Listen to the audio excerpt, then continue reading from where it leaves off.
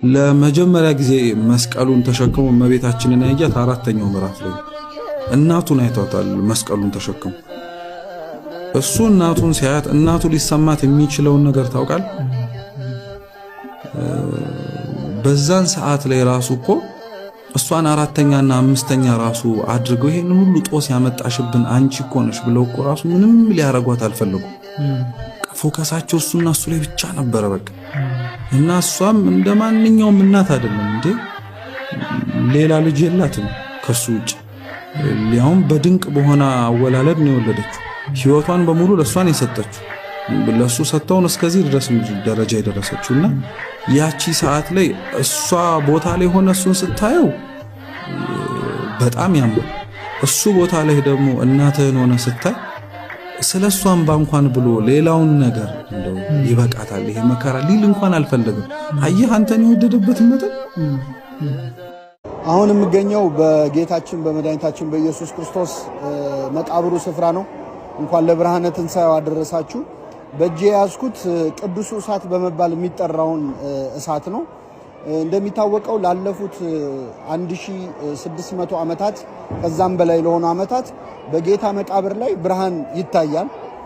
በዚህ ቦታ ላይ የሚለኮሰውን እያንዳንዱ ሰው የያዘውን እሳት የሚለኮሰው ሰው አይደለም። በዛሬ ጠዋት የቀዳም ስዑር ጠዋት ላይ የጌታ መቃብር ውስጥ የሚበራውን እሳት ሊቀ ጳጳሱ ገብተው ወይም ፓትርያርኩ ገብተው ያጠፉታል። ከጠፋ በኋላ ጸሎት ይደረግና በዓመት አንድ ጊዜ ከሰማይ የሚወርደውን እሳት በተአምራዊ መንገድ የሚለኮሰውን እሳት አምላካችን ኢየሱስ ክርስቶስ ለዚህ ስፍራ ይሰጣል።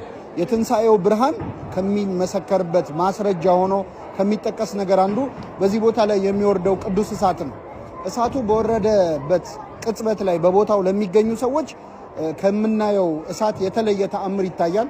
ወደ አረንጓዴ አይነት ቀለም ያለው እሳት ይወርዳል፣ በሰዎች ፊት ላይ ይሄዳል። ብርሃን አለው ግን አያቃጥልም። እና በዚህ ቦታ ላይ የጌታ የትንሣኤው ብርሃን በዓመት አንድ ጊዜ በዛሬው ዕለት ተገልጿል። ዛሬም ጠዋት እንግዲህ የምትመለከቱት እሳት ወርዷል ማለት ነው። በጣም የሚገርመው አሁን በእጄ ያዝኩት 33 መብራቶች ነው። እነዚህ 33 መብራቶች የሚያመለክቱት ጌታችን በምድር ላይ ለ33 ዓመት መቆየቱን ነው። በሚያስደንቅ ሁኔታ ይህ ብርሃን ለ33 ደቂቃ ያህል ወርዶ በሰዎች ፊት ላይ ይሄዳል፣ ይነካቸዋል፣ ነገር ግን አያቃጥልም። ከ33 ደቂቃ በኋላ ግን በምትመለከቱት መልኩ ወደ ምናውቀው አይነት እሳትነት ይቀየራል ማለት ነውና ይህ እጄ ላይ የምታዩት እሳት የትንሣኤው ብርሃን ነው። አምላካችን የትንሣኤውን ብርሃን ለሁላችን ያብራልን። በነገራችን ላይ አንድ ነገር ልጨምርላችሁ። ለኛ ለኢትዮጵያውያን ደግሞ የተለየ ታሪክ አለው ይህ እሳት። በአንድ ወቅት ቅዱስ እሳት በሚወርድ ሰዓት አንድ ኢትዮጵያዊ ይህንን እሳት ለመለኮስ ሊገባ ሲል በጥቁርነቱ ንቀውት አባረው አስወጥተውት ነበር እና በዚያን ዕለት ይህ እሳት የወረደው ለዛ ኢትዮጵያዊ ነበረ እና በዚህ ምክንያት ብዙዎች ተጸጽተው የኢትዮጵያ ሰዎችን እምነት አክብረዋል። በዛሬው ዕለት የሚነበበው ተአምር የዚህን ኢትዮጵያዊ ታሪክ የሚያሳይ ነው። እንኳን ለብርሃነ ትንሣኤ ያደረሳችሁ። መልካም በዓል። ክርስቲያኖች ብቻችንን እስቲ በሉ የምንወርሰው መንግስተ ሰማያት የለም፣ በቃ የለም እንዳታስቡት ራሱ በህሊናችሁ። ያለ ወንድሜ የምወርሰው ያለ እህቴ የምወርሰው መንግስት የለም ብለን ነው መድከም ያለብን። እኛ ግን አብዛኞቻችንን አይታችሁታል። ህይወታችን ብቻችንን መጽደቅን የምንፈልግ፣ ብቻችንን እግዚአብሔር እንዲያመሰግነን የምንፈልግ፣ ብቻችንን መልካም የሆነ ስነ ምግባር ኖሮን ሌላው ኖረ አልኖረ መጣ አልመጣ ጉዳያችን ላይሆን ይችላል። ቃለ እግዚአብሔር እንዳልተዘራብን በዚህ እናውቃለን። ሰው ግን እውነት ቃለ እግዚአብሔርን የሚሰማ ከሆነ የቅዱስ የሆነው የቃሉ ሁለተኛው ፍሬ እርስ በርስ መተሳሰብ። እስቲ አስቡት ክርስቲያኖች፣ መንግስተ ሰማያት ከመቤታችን ውጪ ገነት ውስጥ ያሉ ብዙ ጻድቃን ሳይገቡባት የቆየችው ማንን እየጠበቁ ይመስላችሁ? እኔና እናንተ እንደሆነ ታውቃላችሁ። አቡነ ተክለ ሃይማኖት የሚጠብቁት ማንን ይመስላችሁ? እኛን እኮ ነው። ቅዱስ ክርስቶስ ሰምራ ማንን የምትጠብቅ ይመስላችኋል? እኛን እኮ ነው። ይመጣሉ ብለው ተስፋ ያደርጋሉ። አሁን ካለንበት ከኃጢአት ድንዛዜ ይነቃሉ ብለው ይጠብቃሉ።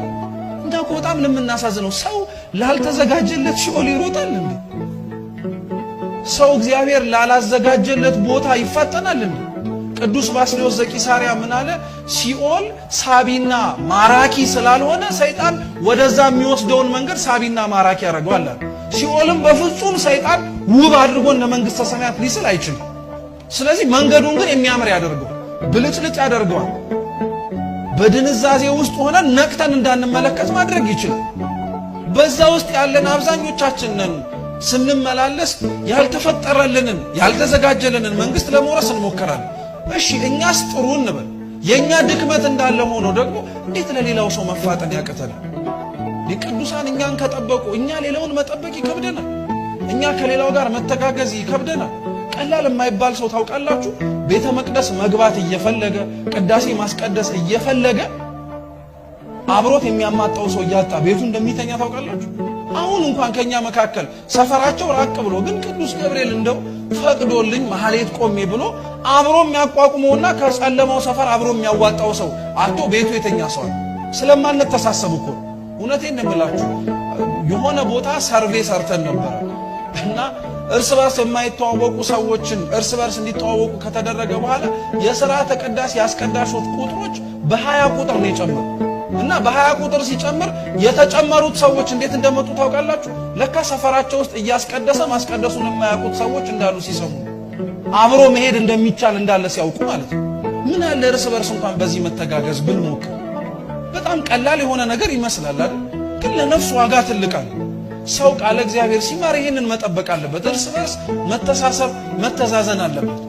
ይሄንን አሁን ብዙ ጊዜ ላይ ስትሰሙት ሲነገርም ጭምር በኢኮኖሚ በደንብ መተጋገዝ አለብን፣ ክርስቲያኖች በምጣኔ ሀብት መበርታት አለባቸው ይባላል። ለነፍሳችንስ ብዙ ባካበትነው ሀብት ውስጥ ነፍስ ብናጣ እግዚአብሔር ደስ ይለው ይመስላችኋል? ሐዋርያት ብዙ የቀለለላቸው ነገር ለምን ይመስላችኋል? ከስጋቸው አስቀድሞ ለነፍሳቸው ሁሉም ይጨነቁ ስለነበረ። ስለዚህ ክርስቲያኖች ቁጥራቸው ይጨምር ነበር፣ ክርስቲያኖች ቁጥራቸው ይብስ ነበር። ይሄንኑ ታሪክ ነው ቂርቆስና ኢየሉጣል የምታገኙት። ቂርቆስና ለራሱ ሕፃኑ ቢያስብ ኖሮ ስለ እናቱ ያስብ ነበር? ግንዱ ወድቆ ቅርንጫፉ ቢተርፍ ምን ዋጋ አለው እያለ እግዚአብሔር ይለምን ነበር? ለራስ አለማሰብን እንኳን እኮ ቅዱስ ቂርቆስ አሳይቶናል። ራሱ መጽደቅ ይችል ነበር። እናቴ እንደሆነ አሻፈረኝ ብላለች ብሎ መሄድ ይችላል።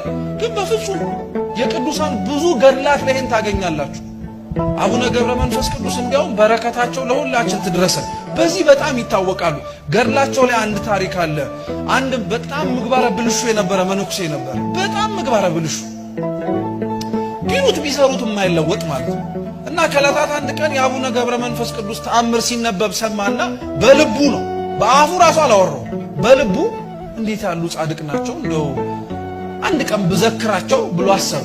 መንገድ ላይ ሲሄድ ሽፍቶች አገኙትና ቀጥቅጠው ገደሉት። እዛው ነፍሱን መላእክተ ጽልመት ይዘውት ከእግዚአብሔር ፊት ፍርድን እንድትቀበል ሲሄዱ አቡነ ገብረ መንፈስ ቅዱስ መጡና ቆሙ።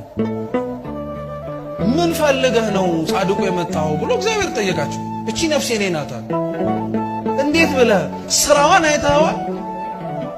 ኃጢአቷን ተመልክተዋል አሉ። አዎ ኃጢአቷን አይቻለሁ፣ የምትመለከተውን ነገር በሙሉ አይቻለሁ።